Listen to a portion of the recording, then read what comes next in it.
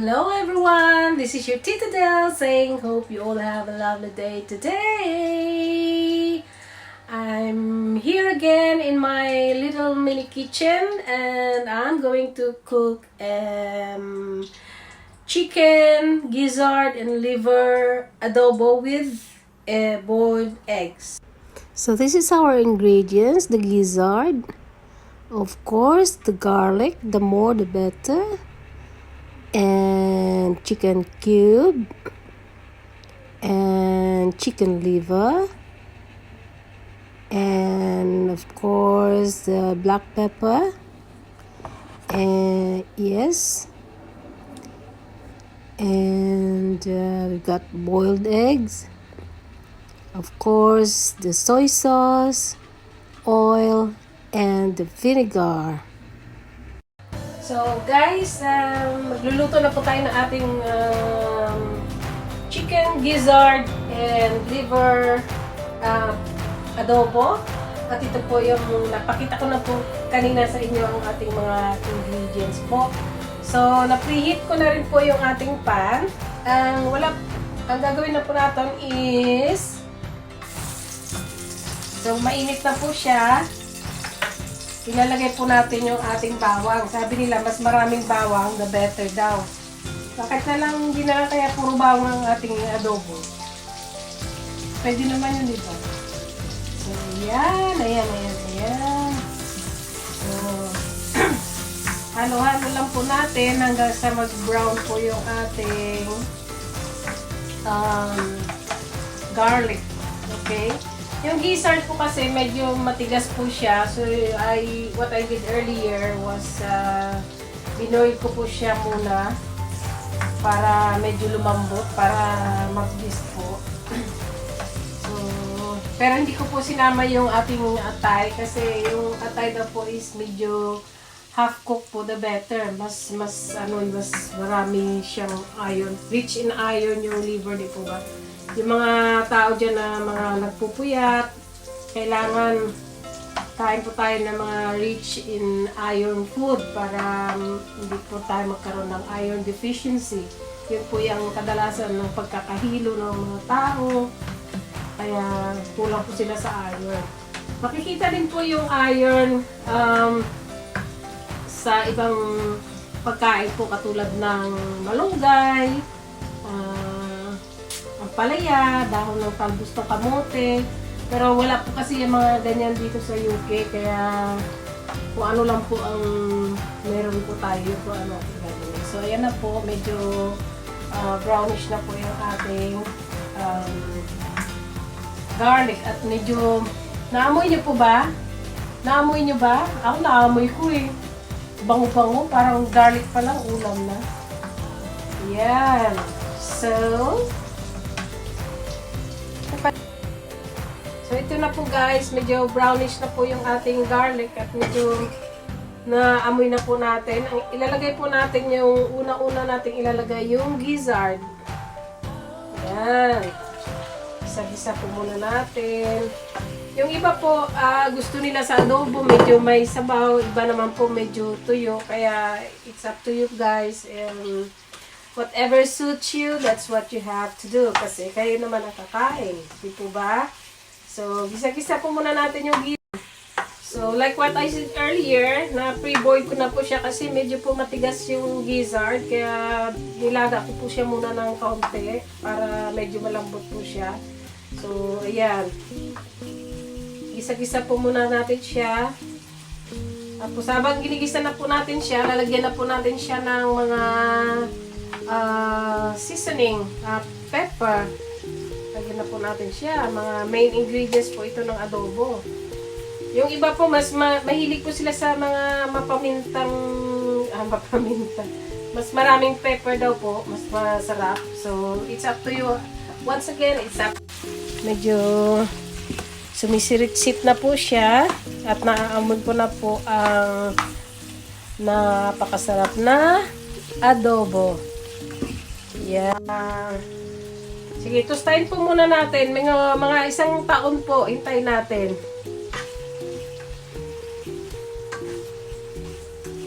So, ito na lang guys, medyo malambot na po yung ating gizzard or balon-balunan. Lalagay ko na po na siya ng soy sauce. Ang paglalagay po ng soy sauce ay tatansyahin po ninyo para hindi po masyado maalat. Pangit naman po yung medyo maalat. So, medyo isang ganito lang po.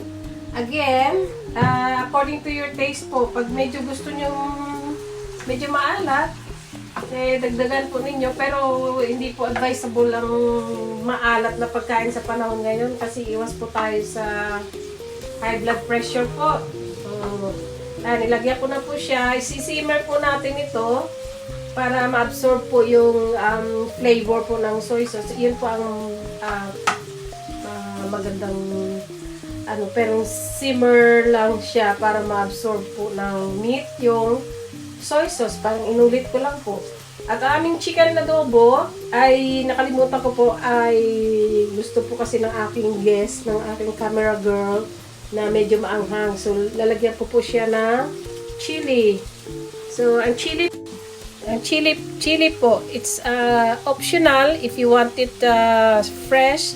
Mayroon po kaming stocks na dry chili. So ito lang po. Ibabad nyo lang po siya konti para lumambot or you can put it straight to the pan. Okay? Yan. Halo-halo. Naamoy ko na po. Amoy pa lang. Parang ulam na. At saka ang sikreto po ng masarap na adobo ay kailangan lagyan po natin ng pagmamahal. Tayo magluto na medyo masama ang ating kalooban kasi po pangit po yung lasa. So, yan na po. Lagyan po natin ng toyo at lagyan po natin ng chicken cube para may lasa po siya. Isa lang. Okay na po yan. Yan. So, yung suka po, mamaya po natin ilalagay pag medyo lapit na. So, halo-halo lang po. Halo-halo. Yan.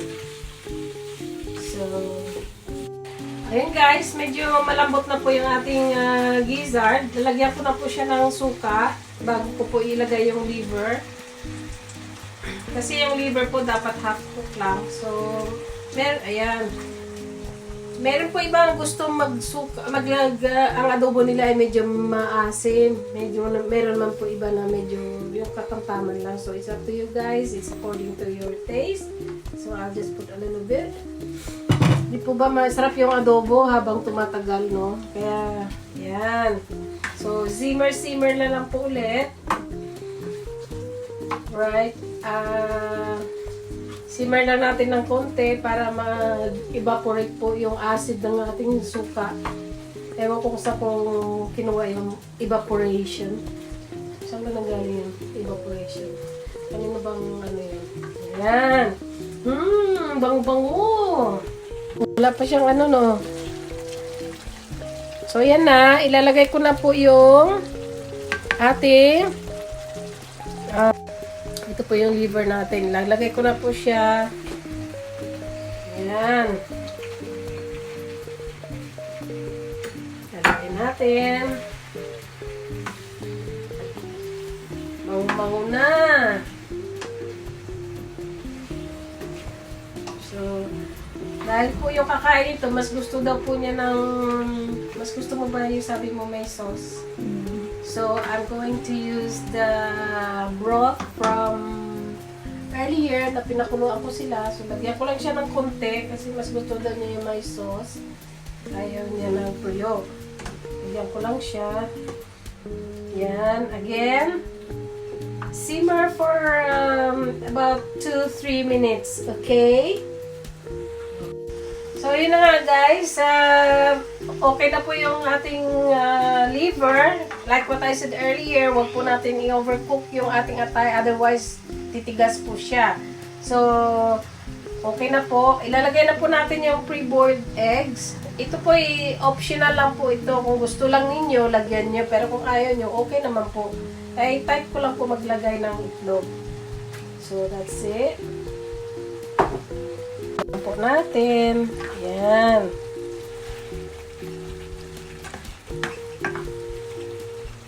Ayan, titikman ko na siya. Ang bango-bango. Yan. Titikman Tikman na po natin kasi parang hindi na po ako makapaghintay.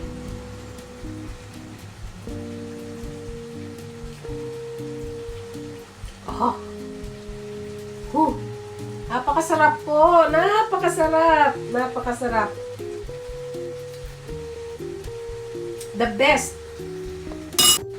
So, yun na po. Luto na po yung ating gizzard, liver, chicken,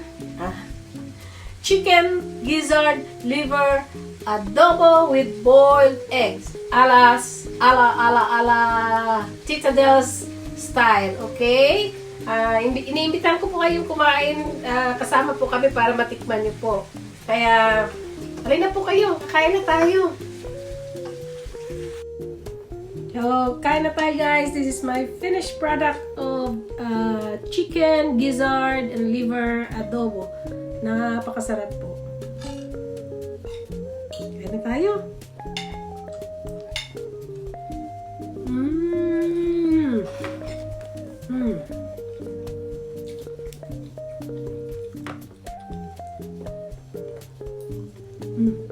Sabi mo. Swap. Swap. As in.